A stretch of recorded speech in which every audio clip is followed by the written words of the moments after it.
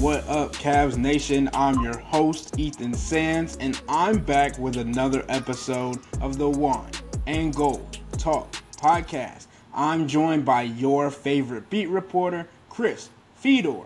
What up, Chris? Ethan, how's it going, man?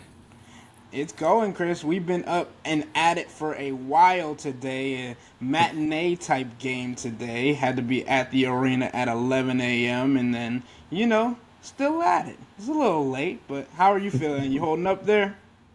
Yeah, man, I'm good. I'm just putting the finishing touches on my story right now, so. I want to talk about today's game against the Charlotte Hornets, what it meant for the Cavs, and what were the possibilities in today's game.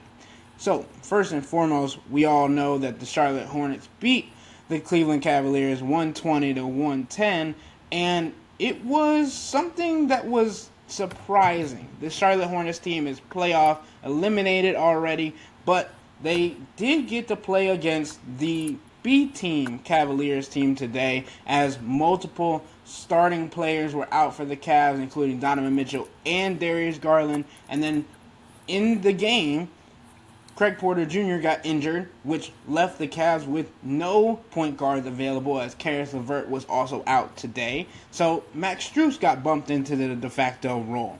It's been an interesting time for the Cavs this season, but especially going into the playoffs, it's interesting because the Cavs had the opportunity to be in the second to the fourth seed, depending on what happened around the league and in their game today. The loss to the Charlotte Hornets automatically gave them the fourth seed, and now we know that they're going to be playing the Orlando Magic. But, Chris, we talked about this multiple times during the game and after the game especially, that this Cavs team didn't know that they could have potentially have been in the 3 seed. It was just a whole lot of jumbled up mess. And J.B. Bickerstaff even mentioned how it was difficult to get real-time information on games going around the league to change a game plan that they had set coming into tonight's matchup, which was to play the starters that they had available for the first 3 quarters, and then letting the guys that have been on two-way contracts and things of that nature at the bottom of the rotation to get their minutes in as well, to show that they got some reward for what they've done this season. What are your thoughts on what went down today, Chris? Okay, so I saw a headline on some story. I don't know why this even came up on my feed, but it did. I saw a headline that read, "The Cavs threw the last game to manipulate NBA playoff matchups," and it's just like, this rhetoric is getting so stupid. It really is. Because J.B. Bickerstaff talked pregame about his plan going into the game. He revealed it to everybody that was willing to listen. Obviously, Darius Garland didn't play, Donovan Mitchell didn't play, Caris LeVert was out, Sam Merrill, Dean Wade as well. And JB made it very, very clear that none of those guys were, quote-unquote, taking the game off just because it was the last game of the season and the Cavs had already clinched a playoff spot and they had already locked up home court advantage. Donovan's dealing with a knee issue. Caris LeVert has been icing his knee after every single game, so there's some soreness that he's dealing with as well. Darius Garland on Friday night was wearing a heating pad around his back while he was on the bench at various points throughout the game. So he's obviously not 100%, and I think the Cavs just wanted to take advantage of the situation that they had when it came to allowing those guys an extra day of recovery in a game where the stakes weren't nearly as high as what they were Friday night against the Pacers. And then we all know the situation with Dean Wade. He's got a sprained knee, and Sam Merrill hasn't played since they came back from the West Coast trip because he's got a strained neck. So those guys were out to begin with, and that made the Cavs shorthanded. No problem, right? They're playing against Charlotte. Charlotte stinks. Charlotte was missing 9 players from their roster, including their 3 leading scorers. And when the Cavs regulars, quote-unquote regulars, were playing in the game, they took an 8-point lead into the fourth quarter. But JB and the organization together had decided that, hey, we're going to play our end-of-bench guys in the fourth quarter. We're going to try and keep Jared Allen, Evan Mobley, Max Strus, George Niang, all those guys from playing their regular minutes, keep them below 30 minutes. So the plan going in was already set. The fourth quarter was supposed to be Craig Porter Jr., Amani Bates, Pete Nance, Isaiah Mobley, Damian Jones, guys like that. An extended opportunity to reward those guys. And other teams around the NBA do similar things when it comes to the regular season finale. Craig Porter Jr. got hurt 9 minutes into his playing time today. He sprained his ankle. He did not return to the game. That made it a little bit more difficult for the Cavs in the fourth quarter to run offense, to finish a game, to close out the win despite leading by 8 going into the fourth quarter. So this was the plan all along, and it wasn't a situation where the Cavs were like, okay, let's look around the rest of the NBA and let's try and manipulate playoff matchups so we get the best possible matchup. If they were doing that, if we're being honest about it, they probably would have tried to get Indiana instead of Orlando in the first round.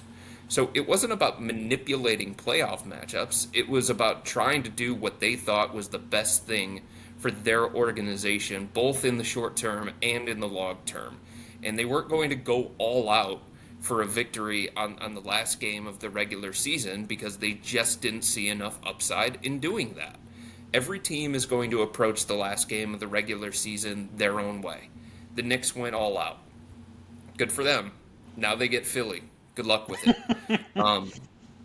So other teams around the NBA, they had their own plan going into this game because it's the regular season finale. There were like 120 guys that were ruled out across the NBA today. And the Cavs just decided that they were going to do what they thought was best for them in the regular season finale. And the guys that they used in the fourth quarter simply did not play well enough and just weren't good enough for them to win the game against Charlotte.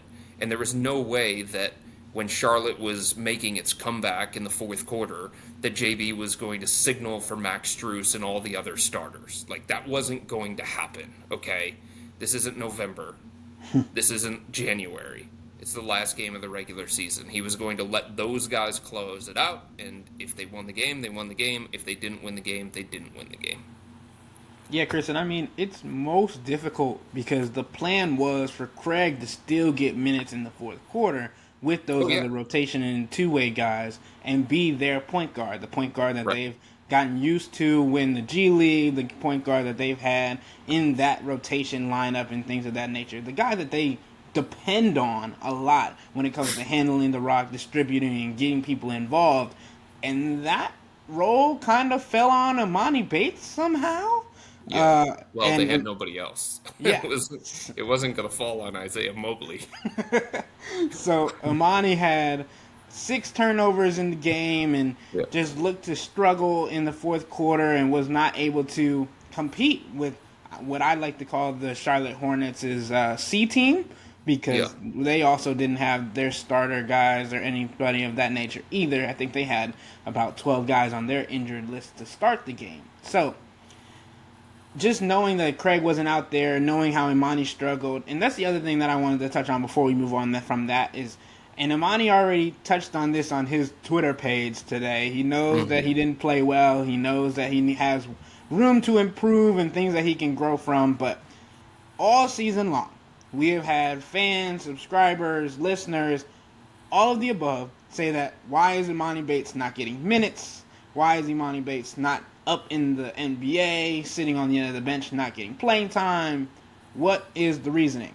And I just hope that after the performance against the Charlotte Hornets' C team, a team that is not in the playoff contention, a team that didn't have basically anybody that is competing for a regular day starting lineup around the league, Imani wasn't good enough, straight and forward. And that's not to knock on him, but to knock on him being 20 years old and needing development and needing the time in the G League that even players like Sam Merrill and Craig Porter Jr. have gotten, and they're quite older than Imani Bates is. But moving on from that whole thing, Mm-hmm. Chris, now the Cavs have Orlando. And I know they Yep. could have had Indiana if and there were I think there were 13 different scenarios that were thrown around before the game that I had to figure out and do math on, and Jared Mm-hmm. Allen even talked about it being like calculus, and I swear to God I'd never want to do math again after all of Mm-hmm. that. But the Cavs play and the Knicks being 2, 3, 4. That was really what was going to decide it. And the Knicks winning and the Bucks losing put 2, 3 being the Knicks Bucks. If the Cavs would have won, they would have been 3. So that means they would have played Indiana. But It doesn't nonetheless, just mean that though, and this is the other reason why I think fans are upset. Like getting to 3 puts them on the other side of the bracket of Boston, who correct. everybody knows is a tier above everybody else in the Eastern Conference. So I get that there would have been a benefit to the Cavs getting the 3 seed, not the 2 seed necessarily, because No. the 2 seed presents a first round matchup against either Philly or Miami. But getting the 3 seed, I understand the benefit of that from the Cavs' perspective. Not only would they have gotten Indiana, I think an easier first round matchup than Orlando, they would have been on the opposite side of the bracket of Boston, and that's a benefit for them if they're trying to make as deep a playoff run as possible.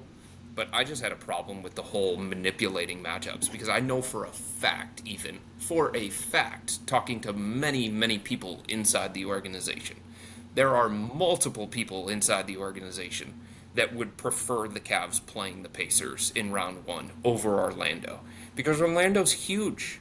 They've got a supersized starting lineup, and because their size presents matchup problems to the Cavs, not to the extent of last year that the Knicks had matchup problems that were advantageous for them, but enough of those matchup problems because of Orlando's size, because of Orlando's feistiness, because of the way that they get after it defensively and the struggles that the Cavs have had offensively for themselves. There are enough of those matchup problems that the Cavs are facing in this series that it's going to make people go to bed queasy tonight. Thinking people inside the organization, it's going to make them go to bed feeling queasy, thinking about that series compared to what it could have been against the Pacers. And that's the thing, Chris. Like, we talk about how many different scenarios there were. I mean, if the Cavs had the crystal ball in their hand and knew Right. that the Knicks were going to win, then potentially they'd do a whole different thing. But knowing that the best case scenario with with the Knicks and the Bucks losing would be them getting the second seed and having to face off against 76ers in Miami, I think that's also willing to say that they were wanting to just make sure those matchups didn't happen, but who knows? There's not. What were the Knicks doing? Can somebody explain that to me? Like, How I many get how it. many minutes did Dante DiVincenzo play? Like Oh my 43? God. Like, I get it. The Knicks are a very prideful organization, and Tibbs is a very prideful dude. But they had the answers to the test right in front of them. And maybe they're just the kind of team that says, bring on anybody and we'll beat.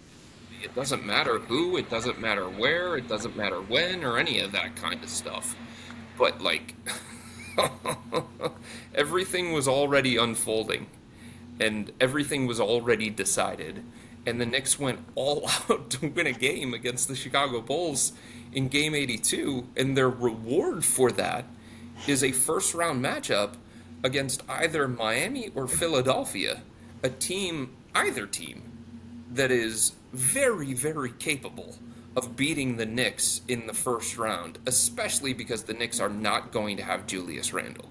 Like, to this point, the injury to Julius really hasn't shown up that much for the Knicks. Their depth has been has allowed them to overcome that. And Jalen Brunson has just been unbelievably good in the second half of the season, and OG Anunoby really, really impactful. But when you get into a 7 game playoff series, all of a sudden, like, everything goes under a microscope. And the fact that they will not have Julius for a matchup maybe against the tough physical Heat or maybe against the 76ers, that could be a problem for New York.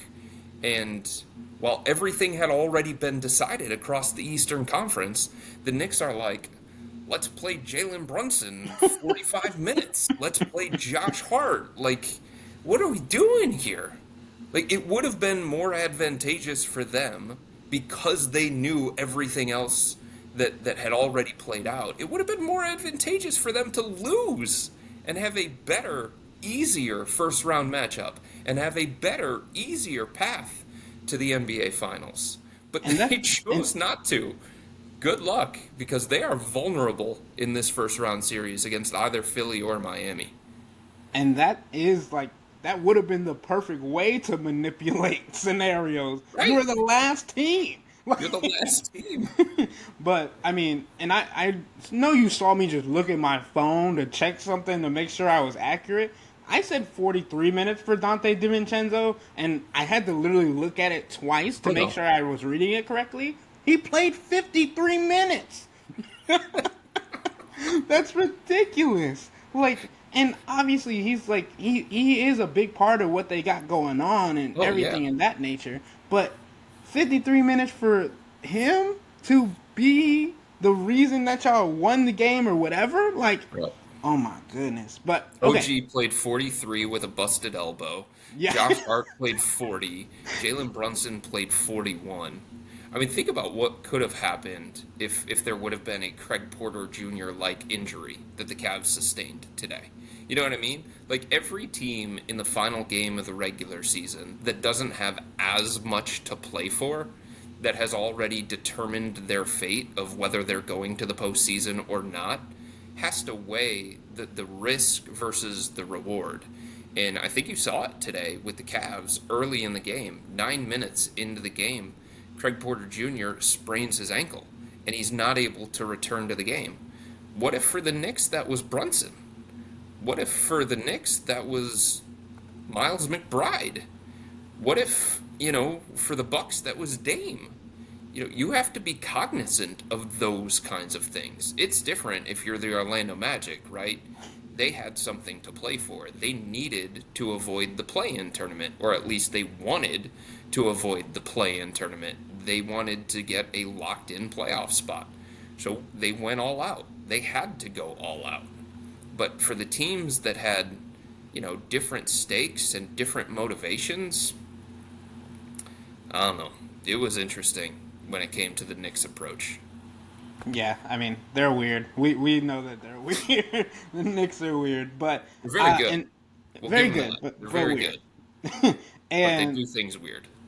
yeah, and the last thing on Craig Porter Jr. before I want to get into the Magic and that matchup, Craig did leave not only in a boot but also on crutches. Like he wasn't able to walk on his leg, on his ankle. Even with the boot on, he had to still have the crutches on. Like so that shows the potential severity of that injury and what he's got to deal with to get back. And obviously, he's had a great season for a rookie, going from a two-way contract to getting a full-time deal. But yeah, so all of that to being said, now the Cavs know that they match up against Orlando Magic. And Chris, the Orlando Magic really remind me of the Cavs team last year.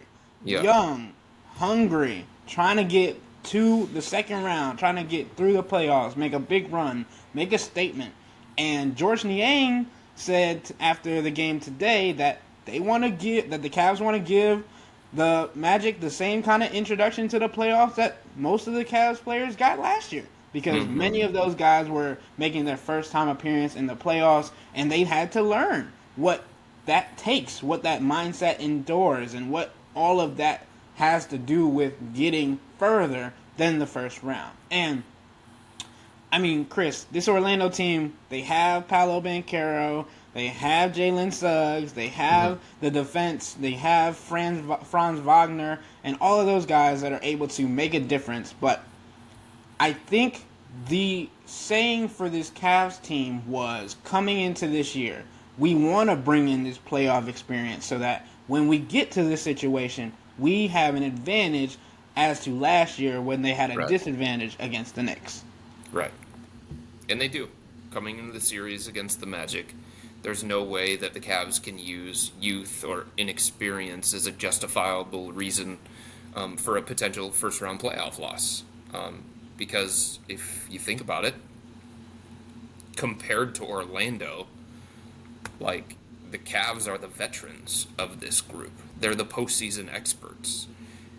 The Cavs have 359 games of playoff experience on their roster. 359. The Orlando Magic have 91. Okay? 85% of those 91 games are Joe Ingles and Gary Harris. The only other two players that have any postseason experience at all for the Magic: Jonathan Isaac, 5 games, and Markelle Fultz, 8 games. So, yeah, this is an opportunity for the Cavs to take advantage of a team that has not been on the postseason stage, that has not felt playoff basketball, that just does not understand the level of physicality that's required. The Magic are a physical team. They're a tough team. They're a defensive-minded team. But playoff physicality and regular season physicality, those are different things. Gary Harris and Joe Ingles, they know about it. They can tell the players about it, but you have to feel it. You have to experience it for yourself.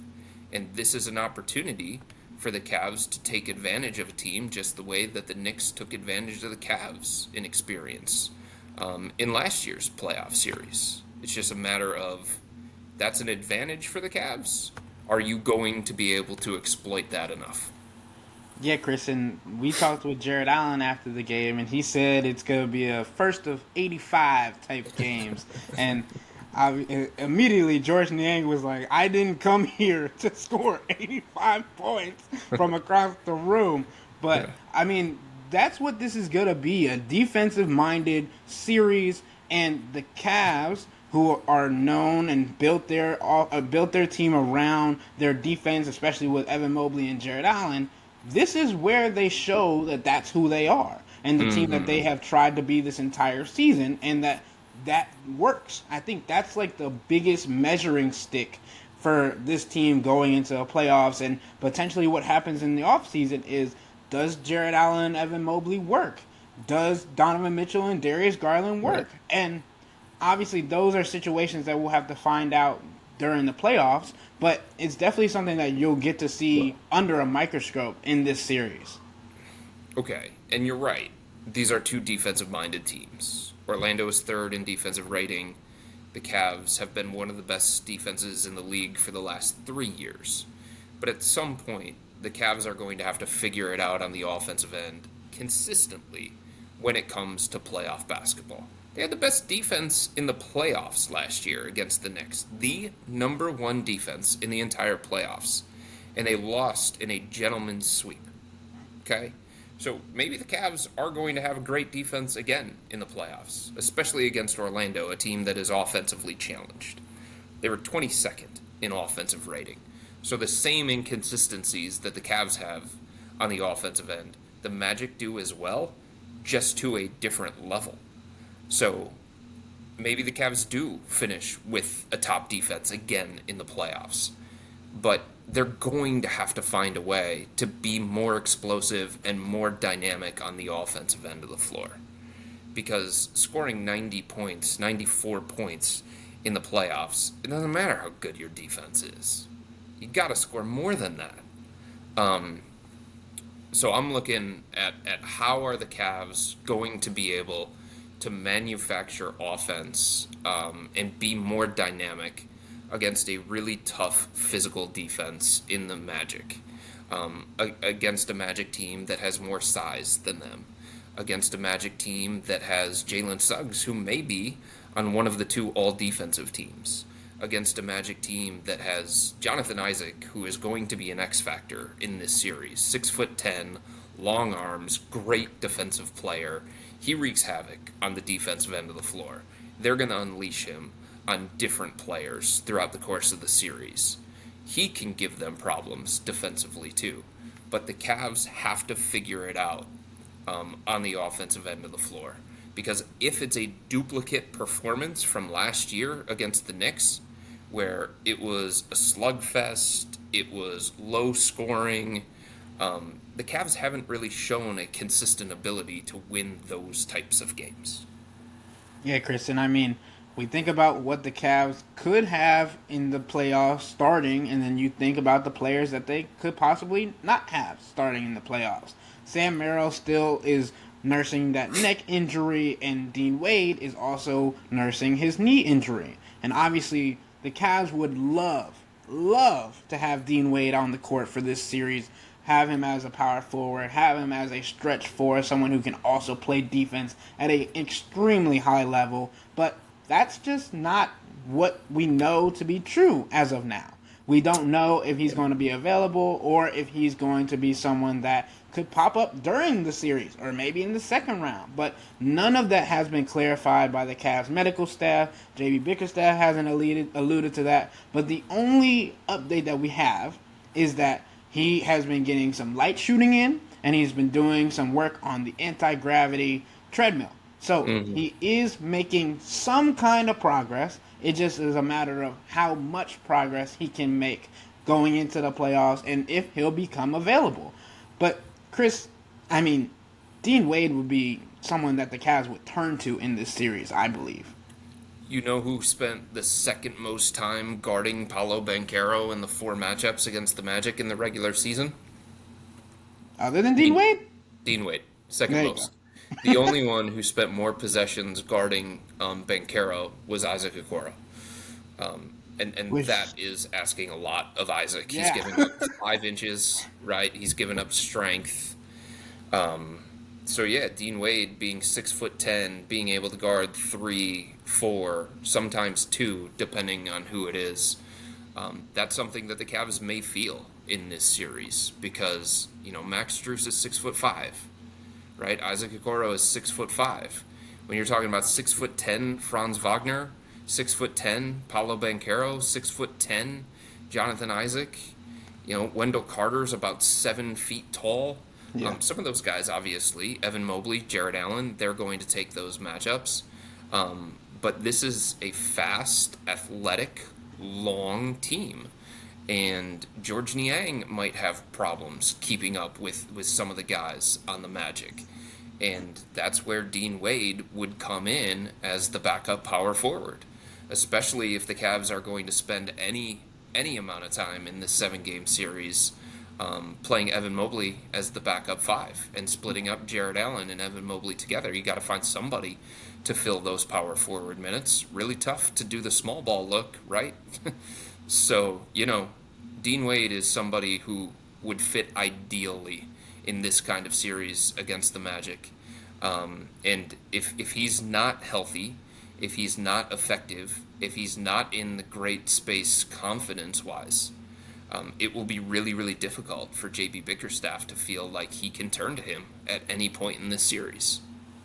Yeah, Chris, I mean, there is so much going into this series, and obviously we know that the starting 5 is going to get a majority of the minutes in this first round series and probably for the remainder of the playoffs as far as they go, depending on if they're able to handle it in the first round. But having those backups, having those key guys come off the bench. You mentioned Isaac Okoro, defensive stopper, especially in a defensive-minded series. The Cavs are going to need him, and the Cavs are going to need Dean Wade, or would need Dean Wade if he's going to be available. But and I think that's something that we should touch on really quickly. Just who do we think this rotation is going to be comprised of, especially with knowing the fact that Jamie Bickerstaff is probably going to cut it at 9, probably maximum. So this is the other hard thing too, Ethan, because JB has shown that when it comes to Sam Merrill, he's not as comfortable with him in matchups against long teams, athletic teams, teams with speed on the perimeter. You saw it against the Los Angeles Clippers. I think against the Sacramento Kings, that game stands out too. But I do think there is value to Sam in terms of the gravity, in terms of the chaos, in terms of the movement. He's just like a pressure release valve on offense. against what could be a smothering, long, athletic half-court defense in the Orlando Magic. And I just think there's a place, even though there may be some limitations from Sam, from a talent perspective, from a physical standpoint, I just think there's a place for him in this series, with his shooting, with his spacing, with his movement, with his gravity, with the attention that he commands everywhere he goes, with his ability to get hot, red hot, and just change the complexion of an opponent's defensive scheme, take pressure off of Donovan Mitchell and Darius Garland. I do think JB needs to consider Sam going into the series as part of the every night rotation. But beyond that, I mean, I think it's pretty obvious, don't you? At this point in time, Yeah, I do. it's the starting five. It's Karis LeVert. It's Isaac Okoro. It's George Niang, and then is he going to go 9? Does that become Sam Merrill? Is he going to go 9? Does that become Marcus Morris Sr.? What does he feel like Dean Wade can provide? Is Dean even going to be available in Game 1 on Saturday? Is he even going to be available at the beginning of this series? Yeah, Chris, I mean, that's really the way you have to lean into it, is who is going to be able to make the biggest impact immediately when they step onto the court. And, I mean, not knowing if Dean is going to be available, not knowing how productive Sam is going to be, because that's what they've said, is that he's still trying to figure out his shot with the neck injury, and that's kind of been what he's been working on and focusing on. So, yeah, but, Chris, I want to go back to... But there's another thing too, Ethan. Before we go back, there's one more thing too that I think we have to touch on. In the playoffs, it becomes more of a meritocracy, right? JB Bickerstaff showed in the series against the Knicks, if somebody wasn't giving him what he needed, that guy got yanked out of the series and somebody else got an opportunity. He went away from Ricky Rubio in favor of Danny Green. He went away from Dean Wade. I think JB is the kind of coach who, if somebody's not playing well, that borderline rotation guy, right? If Sam Merrill's not giving them enough, if Marcus Morris Sr. gets an opportunity and he's not knocking down shots and he's hijacking possessions and he's just not fitting in the series for one reason or another, then his minutes get cut, and that increases the minutes of the guys that JB trusts. So, you know, we understand that Darius, Donovan, Evan, Jarrett, Max, those 5 guys are going to have huge roles in this series.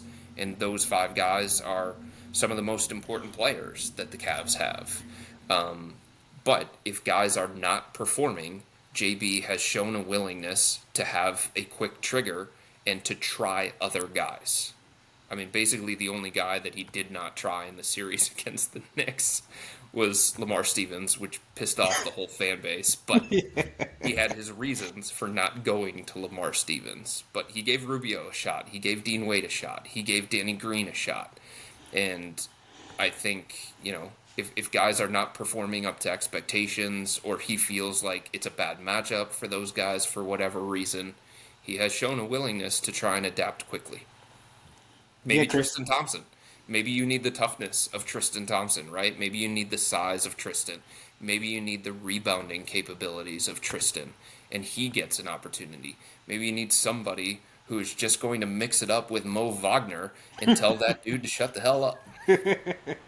That was my favorite part of the last matchup with the Magic, is just how much crap he was talking to the team.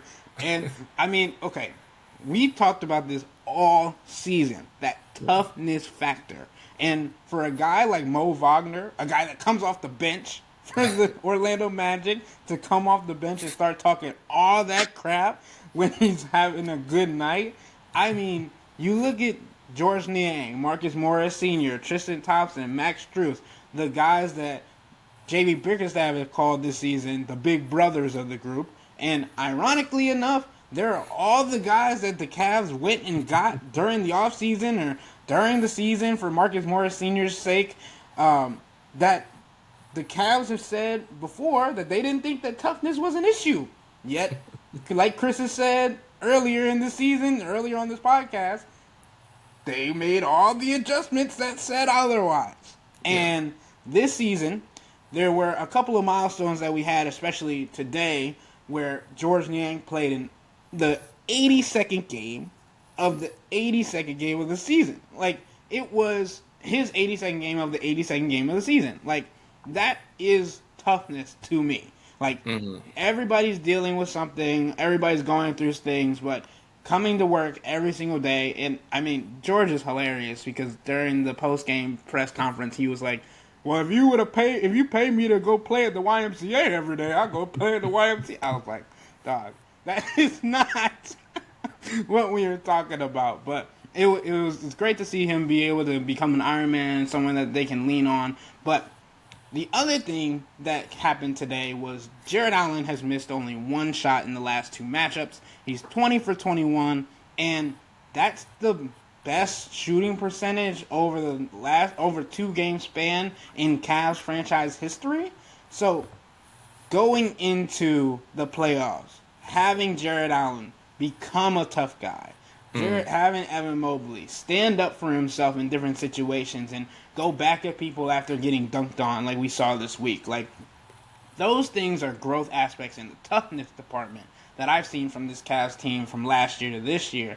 And I mean, having Tristan Thompson chirp it up on the bench, having Marcus Morris Sr. chirp it on the bench, and like Chris said, potentially having them go on the court just to talk smack is a scenario that could very well happen depending on how the series is going, how certain games are going, and what J.B. Bickerstaff believes that the team needs at every given moment. So I think that's the biggest thing, Chris, is like, we've talked about the toughness of this Orlando Magic team, the girth, the strength that they have, and that is what they'll be going up against more so. Are they going to be able to out-tough a team that hasn't been there before? Are they going to be able to rewrite their story from last season and, as Jarrett said, change the narrative or change the label that they've gotten since last season of not being tough enough?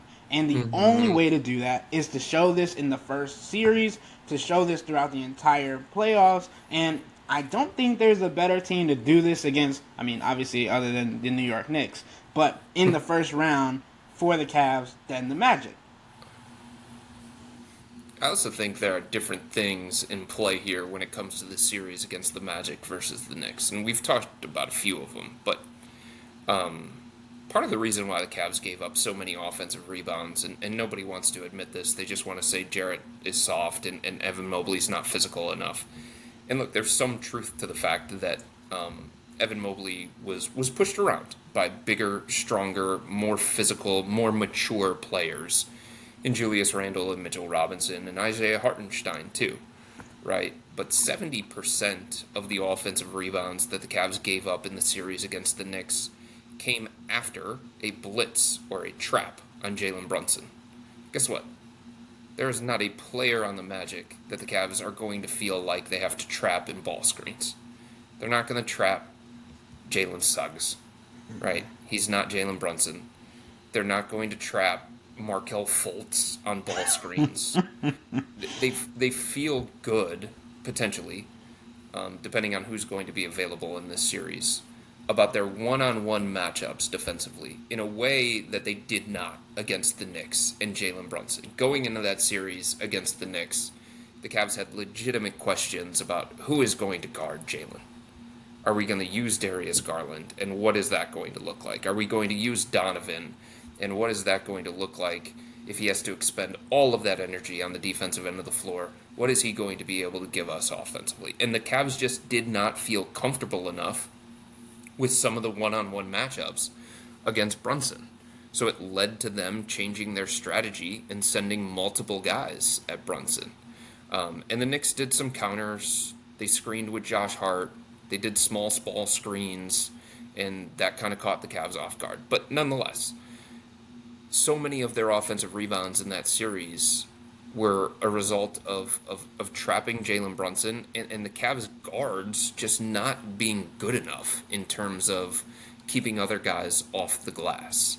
The Knicks went into that series, Ethan, as one of the premier offensive rebounding teams that we've seen in the NBA in years.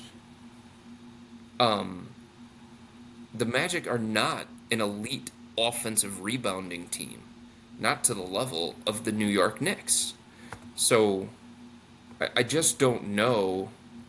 Even though they're tough and they're physical on the defensive end, and they have sound schemes, and they play really, really hard. Like, they run hard stuff, hard cuts on offense. They get grabby on defense, and they've got size, and they've got length, and they've got athleticism. They aren't the Knicks, okay? We can say that. They don't have the same talent across the board as the Knicks.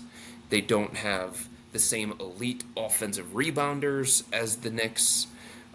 They don't have the same number of elite defenders as the Knicks.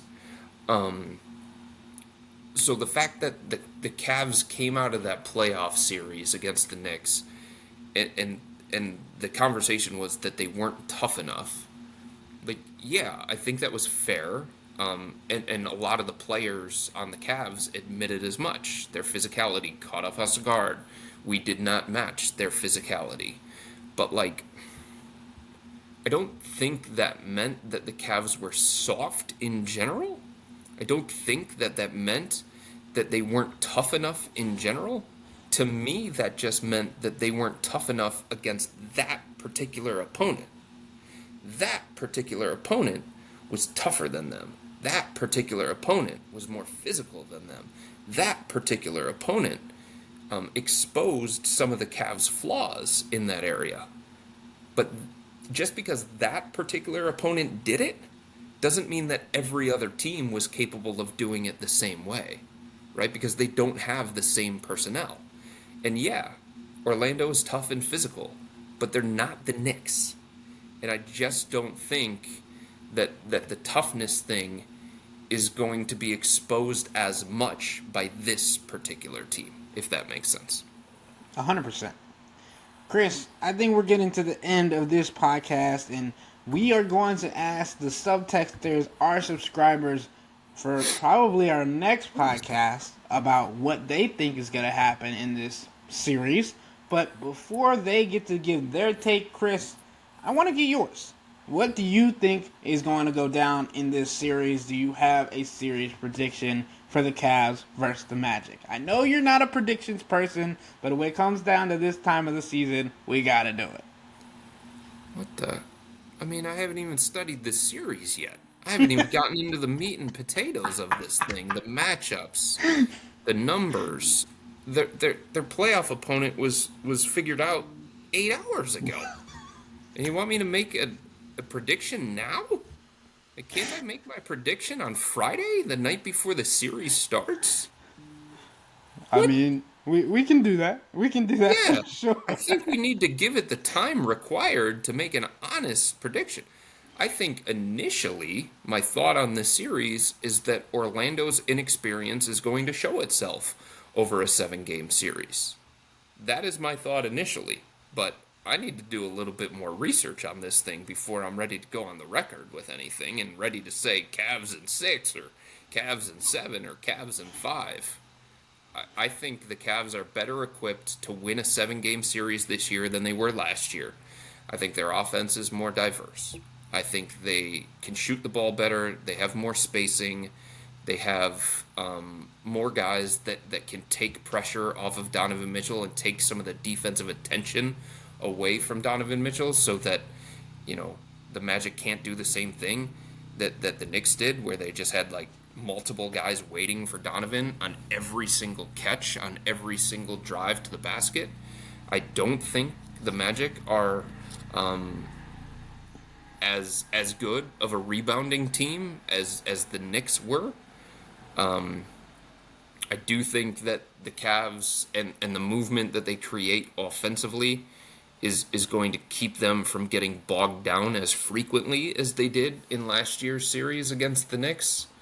But there are a couple of variables that I think matter greatly, and one of them is the health and effectiveness of Donovan Mitchell, and that needs to be continued.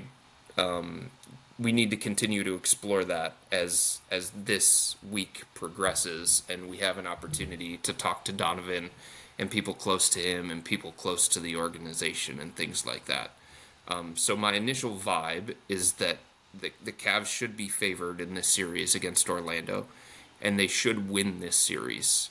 And Orlando should run into some of the same issues that the Cavs ran into in their 7-game series against the Knicks last year. But that doesn't mean that that's what's going to happen. And I'm not ready yet to make that prediction official. And you shouldn't be ready to make your prediction official yet either. There's too many things that we have to dig into. I think the only thing that came to mind was I want to make sure we get our takes out before the crazy start saying random stuff. But I agree, there are definitely more things to get into. All I was looking for was I think the Cavs are going to get out of the first round of the playoffs. And like you said, that is a vibe, but not what is going to happen. And there's more things to get into. So, yes, thank you. I think that is a perfect place to wrap up today's episode of the Wine and Gold Talk podcast. But remember to become a Cavs insider and interact with me and Chris by subscribing to Subtext. You can send your predictions to us and we'll tell you whether you're crazy or not because on Subtext. And to do so, you can sign up for a 14-day free trial or click cleveland.com /Cavs and click on the blue bar at the top of the page. If you don't like it, that's fine. All you have to do is text the words stop. It's easy, but we can tell you that the people who signed up stick around because this is the best way to get insider coverage on the Cavs from me and Chris. This isn't just our podcast, it's your podcast. And the only way to have your voice heard is through Subtext. Y'all be safe. We out.